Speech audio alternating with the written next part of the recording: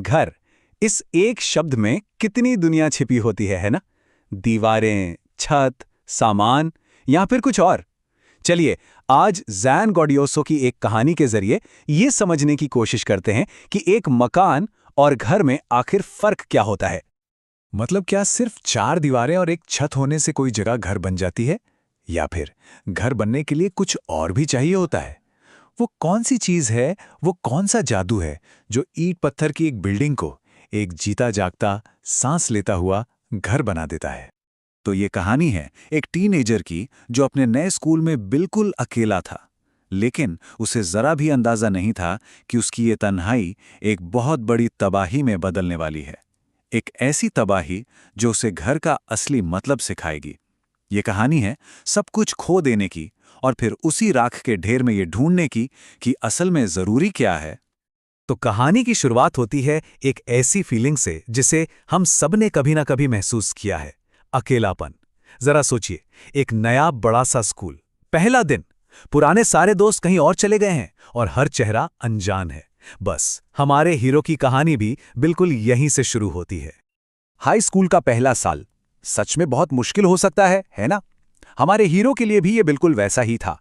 सोच कर देखिए, एक साल पहले तक वो अपनी क्लास का स्टार था, सबका दोस्त था, और आज इस बड़े से स्कूल में वो सिर्फ एक चेहरा था जिसे कोई नहीं जानता।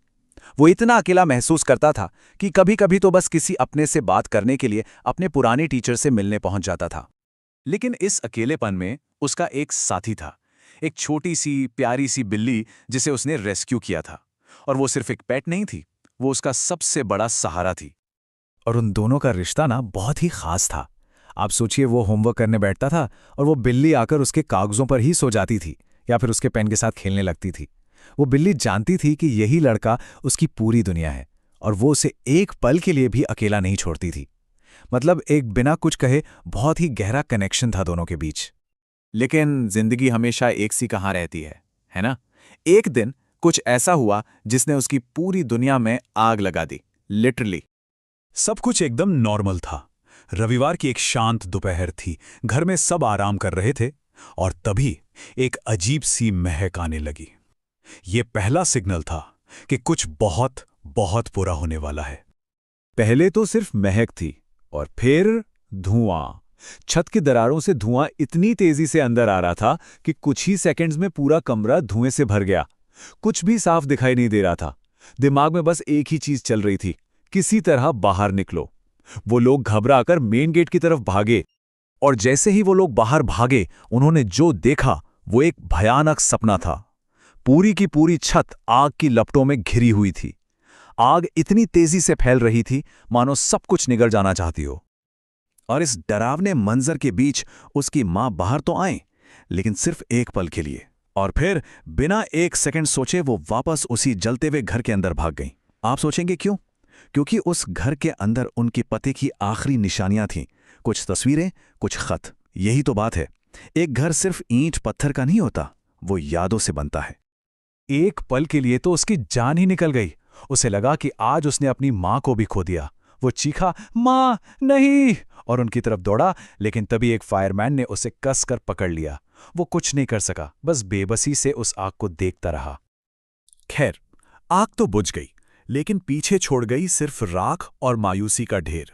और यहीं से शुरू होता है कहानी का सबसे मुश्किल, सबसे अंधेरा हिस्सा। ये सिर्फ एक घर नहीं जला था, ये एक के बाद एक कई झटके थे। पहले नया स्कूल, फिर दोस्तों का ना होना, और अब ये आग। ऐसा लग रहा था जैसे उसकी पूरी दुनिया ही खत्म हो गई हो। वो खुद कहता है, मैं बहुत बड़े लॉस से गुजर रहा था। और ये सिर्फ एक लाइन नहीं है, ये उसके टूटे हुए दिल की आवाज है। पूरे 5 घंटे तक वो बस देखता रहा कि कैसे उसका घर राख बनता जा रहा है। और जब आग बुझी तो सच में कुछ भी नहीं बचा था। और तभी उसे एक और डरावना ख्याल आया, उसकी बिल्ली। वो कहीं नहीं थी, उसका वो अकेला दोस्त, वो भी अब नहीं था। उसके पास तन पर पहने कपड़ों के अलावा कुछ नहीं था, ना किताबें, ना पैसे, ना कोई पहचान। सब कुछ जलकर खाक हो गया था।